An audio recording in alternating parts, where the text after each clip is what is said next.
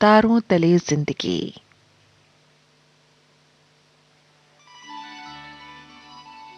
तारों तले जिंदगी इस सीरीज में हम आपके लिए लेकर आए हैं हिंदी साहित्य जगत की कुछ चर्चित कहानियों और उपन्यासों पर केंद्रित रेडियो नाट्य वाचन। आइए सुनते हैं मुंशी प्रेमचंद की कहानियों का रेडियो नाट्य वाचन। आज की कहानी है सुभागी। वाचन स्वर और प्रस्तुति काजल सूरी की है।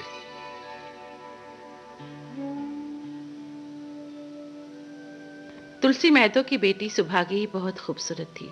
उसका बेटा रामू किसी काम का न था, लेकिन सुभागी 11 साल की बालिका होकर भी घर के काम में इतनी चतुर और खेती बाड़ी के काम में बहुत निपुण थी। उसकी माँ लक्ष्मी दिल ही दिल में डरती थी कि कहीं बेटी को किसी की नजर न लग जाए। वहीं सुभागी आज छोटी सी उम्र में विधवा हो गई।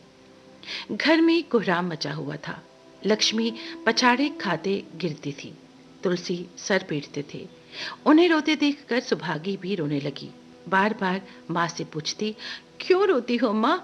मैं तुम्हें छोड़कर कहीं नहीं जाऊंगी, तुम क्यों रोती हो? उसकी भोली बातें सुनकर माता का दिल और भी फटा जाता था। जब सुभागी जवान हुई तो लोग तुलसी महतो पर दबाव डालने लगे कि लड़की का दूसरा ब्याह कर दो। जवान लड़की का यूं फिरना ठीक नहीं। तुलसी ने कहा, भाई मैं तो तैयार हूं, लेकिन सुभागी भी माने ना, वो किसी तरह राजी नहीं होती। हरिहर ने सुभागी को समझाया, बेटी हम तेरे ही भले को कहते हैं। माँ बाप अब बूढ़े हुए, उनका क्या भरोसा?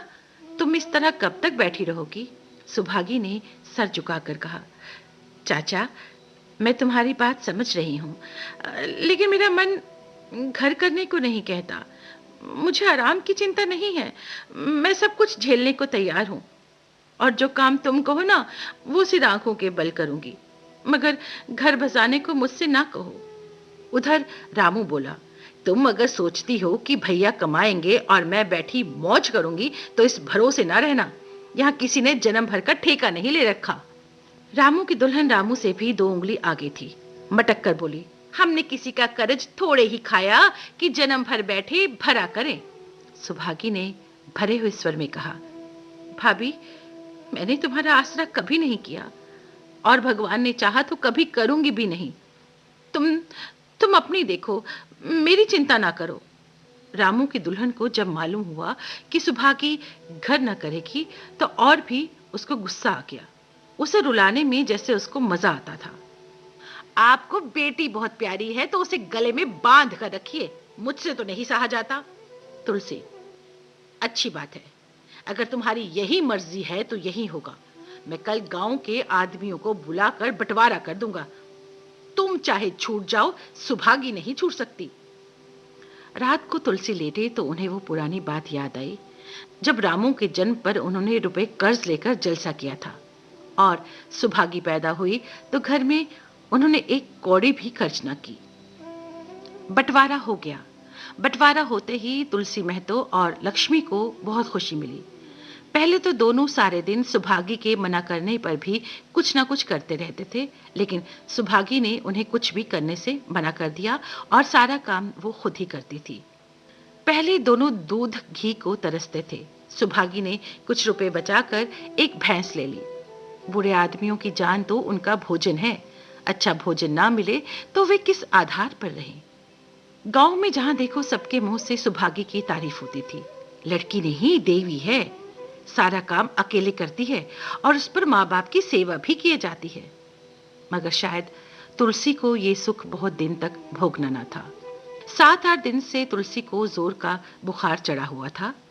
लक्ष्मी पास बैठे रो रही थी। सुभागी पानी लिए खड़ी थी। जब तक वो पानी लाए उनका जी डूब गया और हाथ पैर ठंडे हो गए। सुभागी उनकी ये दशा देखते ही रामू के घर गई और बोली, भैया चलो देखो आज दादाजी ना जाने कैसे हुए जाते हैं, 7 दिन से बुखार नहीं उतरा। रामू ने चारपाई पर लेटे लेटे कहा, तो क्या मैं डॉक्टर हकीम हूं कि देखने चलूं? उसी वक्त उसकी दुल्हन अंदर से निकलकर आई और सुभागी से पूछा, दादा को क्या हुआ है दीदी? सुभागी से पहले रामू बोल पड़ा, हुआ क्या है, अभी कोई मरे थोड़े ही जाते हैं।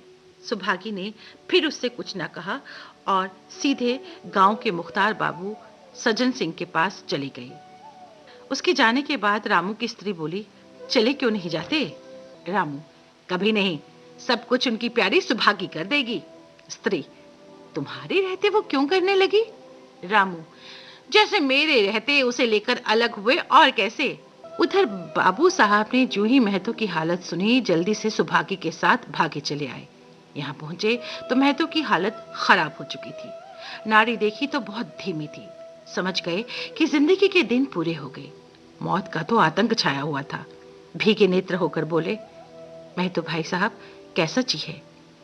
महतो जैसे नींद से जागकर बोले, बहुत अच्छा है भैया, अब तो चलने की बेला है।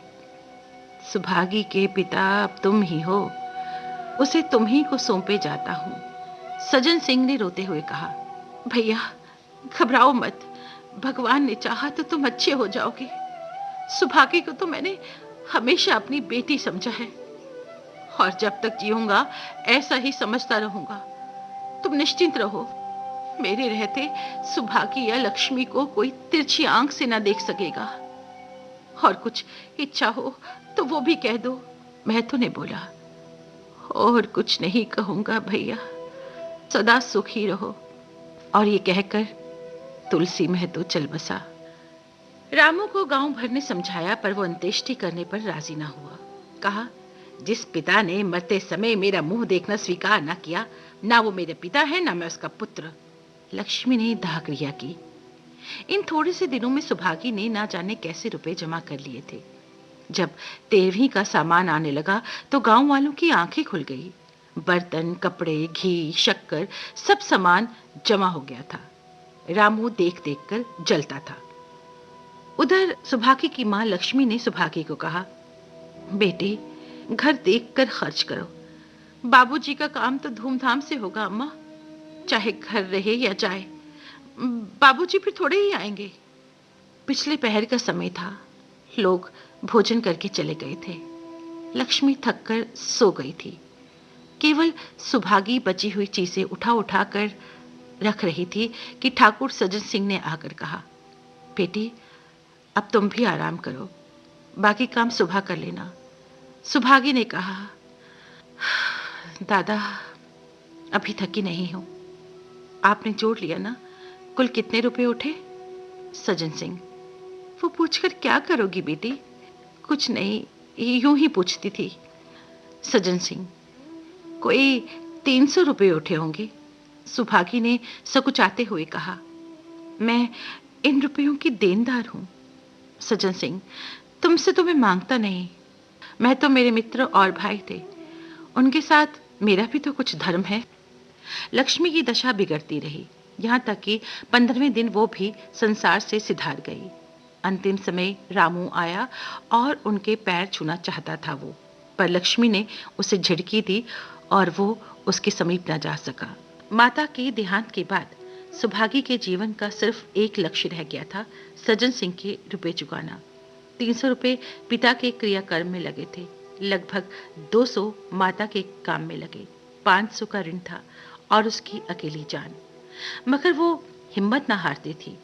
3 साल तक सुभागी ने रात दिन एक कर दिया और हर 30वें दिन 15 रुपए लेकर वो सज्जन सिंह के पास पहुंच जाती। इसमें कभी नागा न पड़ता। अब चारों तरफ से उसकी सगाई के पैगाम आने लगे। सभी यही सोचते कि जिसके घर सुभागी जाएगी उसके भाग्य खुल जाएंगे। जिस दिन सुभागी ने आखिरी किस्त चुकाई, उस दिन उसकी खुशी का ठिकाना ना रहा। वो चलने लगी तो सज्जन सिंह ने उसे कहा, बेटी मेरी इच्छा है कि तुम मेरी बहू बनकर मेरे घर को पवित्र करो। बोलो मंजूर है? सुभागी, दादा आप मेरा इतना सम्मान कर रहे हैं। सज्जन सिंह, तुम्हारा सम्मान भगवान कर रहे हैं बेटी, तुम भगवती का अवतार हो। सुभागी, मैं तो आपको अपना पिता समझती हूँ। आप जो करेंगे मेरे भले के लिए ही तो करेंगे। आपके हुक्म को मैं कैसे इनकार कर सकती हूँ? सज्जन सिंह ने उसके माथे पर हाथ रख दिया और कहा, तुम्हारा सुहाग अमर रहे बेटी, तुमने मेरी बात रख ली। मुझसे भाग्यशाली इस संसार में और कौन होगा? तारों तले जिंदगी। इस सीरीज में अभी आप सुन रहे थे मुंशी प्रेमचंद की कहानियों पर आधारित रेडियो नाट्य वाचन। आज की कहानी थी सुभागी। वाचन स्वर और प्रस्तुति काजल सूरी की थी।